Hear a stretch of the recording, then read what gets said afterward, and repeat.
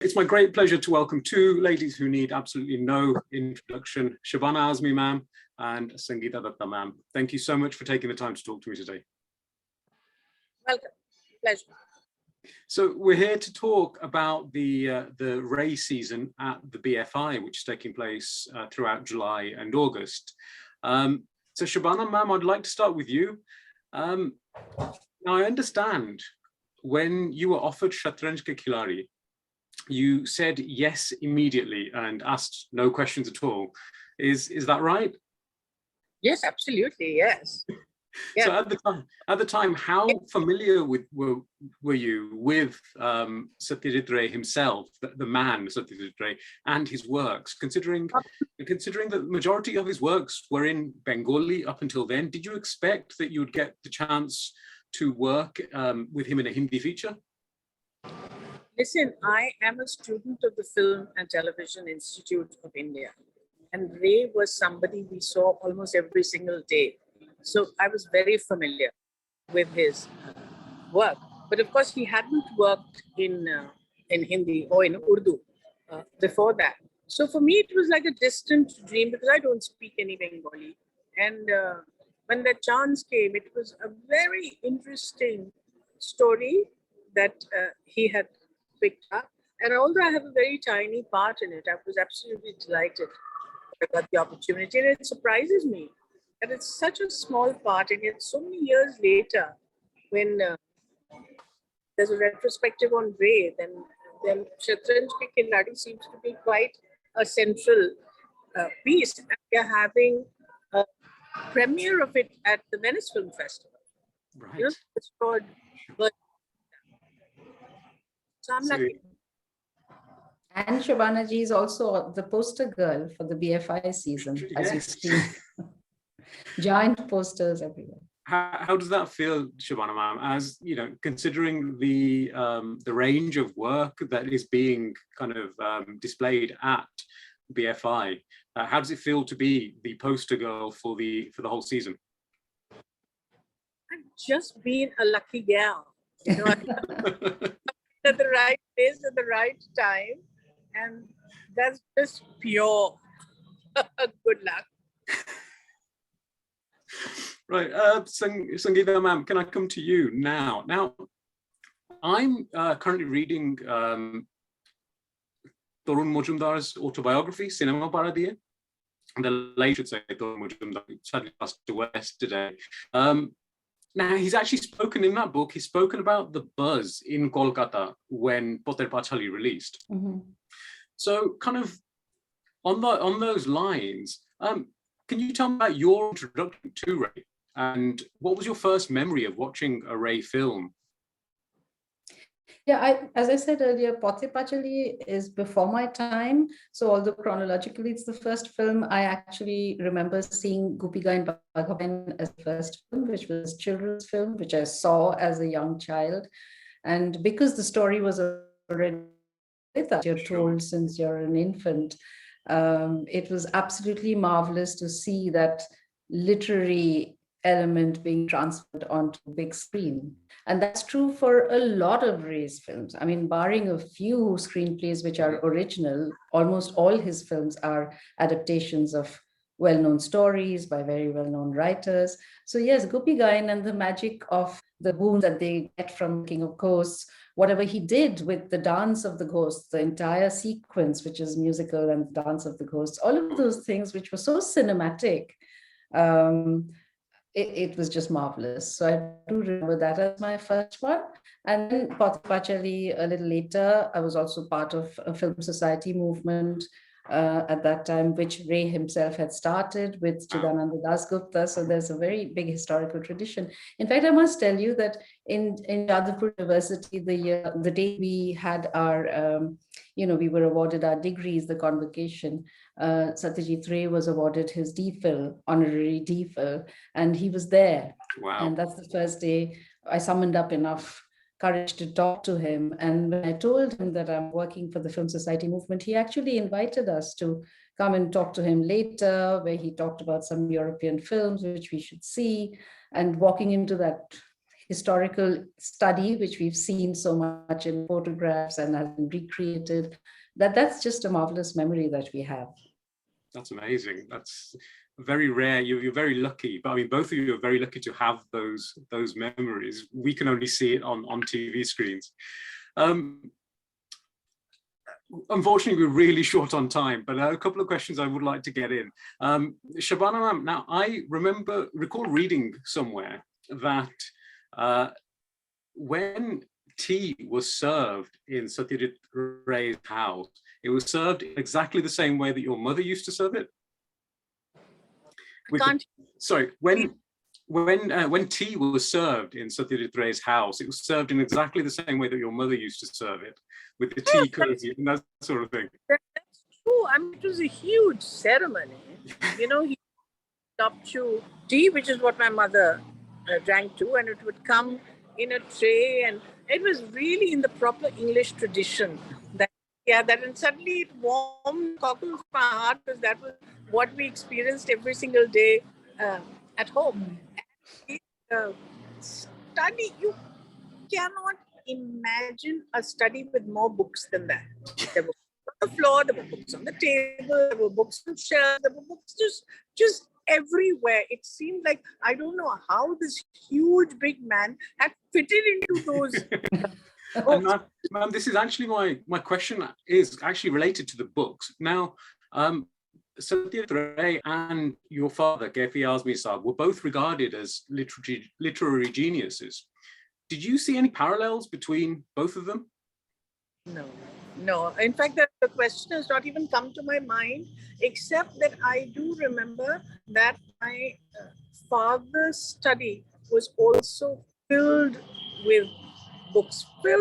And every time my mother would try, actually my mother was very sensitive to the fact that the books, never mind where they're lying, and even if covered by dust, they should be removed from there, which is completely different from Javed. Is exactly like that. He has books all over in his study, and I keep trying to settle his books, and he says, "Have mercy on me. This is the only area that is, have mercy on me. Please don't try to settle." So I don't think that anybody in his house, in Ray's house, could have even dared to think, all right, we need to dust this particular thing. Also, lots of papers, you know, it was constantly writing. But in the sense of, were they similar? Well, they were concerned with humanist issues. My father was more politically inclined. Satyajit was far more humanist. But they were observers, and they had very delicate, nuanced things that they were able to capture. If you see his film written by my father called Garm Hawa, you notice that in the relationship between the brother and the sister, in the tiny little relationships, in a sense, that's much more Satyu, because of the way Satyu directed it. It was also the writing. Sure. Writing. Mother who acted in Garm Hawa, Shaukat Kepi, she said it was so amazing to work because it didn't seem like dialogue at all. It seemed like I was just speaking from life. So that quality the two of them certainly had. Now, I am pretty much out of time. So last question, really towards you, Sangeeta ma'am, but Shabana ma'am, if you have anything to add, please do. The Ray season that's coming up at the BFI. We won't talk about the films because I think you've programmed almost every film, which is amazing for somebody like me to be able to get a chance to watch these films online. On a cinema screen. We've seen online plenty of times. Now, the events that you have, there's a couple of talks that you're doing. There's one on the film language of Satyajit Ray and one about his home and his world, the legacy that he has left. So if you could just tell us a little bit about both those talks. And then the final question for really the both of you is, what has his influence and his legacy on yourselves been? Okay, to just start with the talks, I'm doing the curator's talk today, the season introduction talk today. It's scheduled at 6 o'clock this evening, after which I after which I introduce one of my favorite films, John Oren, which will be screened. But in the talk today, it's an illustrated talk, so I have a lot of clips which are very carefully chosen to show on one side the very wide gamut of, just stories that Ray narrated, and also choosing sections which tell us much more about this particular style of filmmaking, which was so different when it first came on screen, and perhaps just direct the audience not only to the stories, but to the manner in which they were told. And on the 16th of July, we have the study day, which is a great opportunity for people who are more interested for in-depth information and knowledge to come and spend 6-7 hours really, where a whole series of speakers have been invited to come and talk on various aspects of Ray, and then we'll end with a very exciting panel. So that's, starting from 12 noon on the 16th of July. That's going to be an interesting day as well. And these are, this is part of the education aspect of BFI, and I just absolutely love this, the fact that we are able to come and talk to the audience and have a more concentrated group of people who come back over and over again to know more about a filmmaker. That knowledge building exercise is very beautiful. I've done it before with Ritik Ghatak and the earlier Ray and the Tagore seasons. So it's been very rewarding. Great. And in terms of influence and legacy on your work as a filmmaker as well? Well, as I said, we've grown up on Ray, not just through his films, also through his writing, because, by the 80s, by the 70s, mid-70s, he was one of the leading writers in Bengal. And so we grew up on the detective fiction, we grew up on Ekdojon Goppo, all the short stories, and all that marvelous transcreation into little television films. So really, Ray's been all around us, just as Tagore is all around us.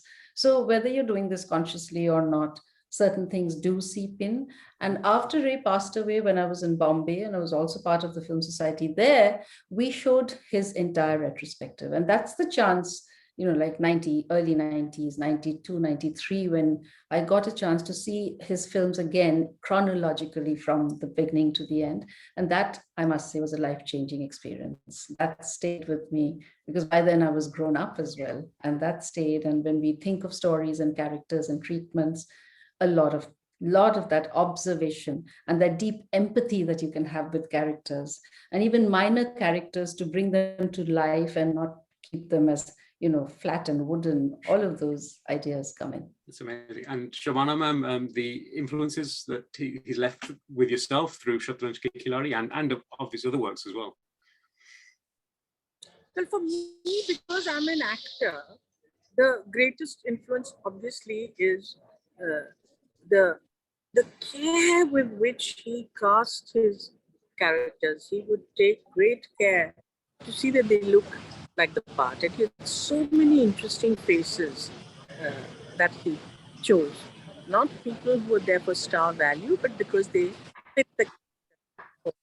And for me, the play of light in his films is something that very, very deeply moves me, because, see, when you think of Ray, you think of a master storyteller. But he is a master storyteller within the medium of film. And he uses the camera in a way that is an observation about human life, but also because of the way he frames it, you feel a greater connect with it. And that style of filmmaking, obviously something which is just ingrained in my system, and I really, really like that. Shabana ma'am, Sangeeta ma'am, thank you so much for taking the time to talk to me today. It was great. I could talk to you all day, but unfortunately we're out of time. But thank you very much, and we look forward to seeing the Ray films at the BFI. Thank you, Bhaskar. Thank you so much.